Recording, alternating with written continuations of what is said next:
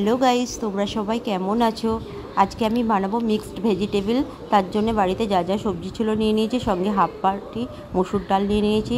দিয়ে কড়াই বসিয়ে দিয়েছি, তেল গরম হয়ে গেছে, দিয়ে দিলাম কাঁচা লঙ্কা, কারি পাতা আর কালো জিরে ফোড়ন।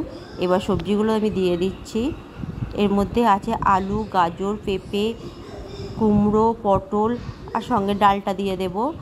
এইরকম ভেজিটেবল তরকারি মিস্টার ভীষণভাবে ভালোবাসে, আমার তো খুবই ভালো লাগে। গরমে অন্য কিছু বিশেষ করে খাওয়া যায় না, সবজি এক বাটি খেয়ে নিলে ব্রেকফাস্টে পেটটা অনেকক্ষণ ভরে থাকে। সবজিটা আমি কিছুক্ষণ কষিয়ে নিলাম। এবার দিয়ে দিচ্ছি পরিমাণ মতো নুন আর হলুদ গুঁড়ো। 2 থেকে 3 মিনিট কষিয়ে নিলাম। এর মধ্যে দিয়ে দিলাম 1 চামচ জিরে গুঁড়ো আর 1 চামচ ধনে গুঁড়ো, দিয়ে আরও 2 মিনিট কষিয়ে নেব সবজিটা।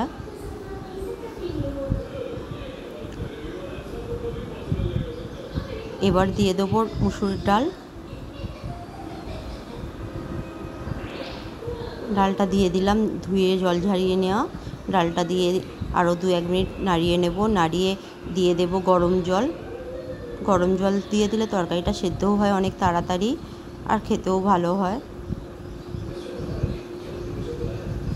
গরম জলটা দিয়ে দিলাম, তরকারি ফুটতেও শুরু করেছে। এবার ঢেকে দেব, ঢেকে 10 থেকে 12 মিনিট রেখে দেব, তাহলে তরকারিটা খুব তাড়াতাড়ি হয়ে যাবে। তরকারি কালারও অনেক চেঞ্জ হয়ে গেছে, তরকারিটা হয়েও এসেছে। এবার আমি নামিয়ে নেব। তার আগে ওপর থেকে একটু চিনি দিয়ে দিলাম, স্বাদটা আরও ভালো হবে।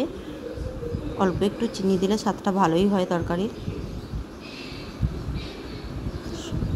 ভেজিটেবলসগুলো সব সেদ্ধ হয়ে গেছে, দারুণ একটা দেখতে হয়েছে।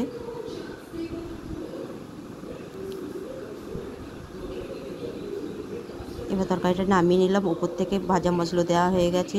আজকের রেসিপি এখানের মতোই দেখানো হয়ে গেছে। Tata, bye bye.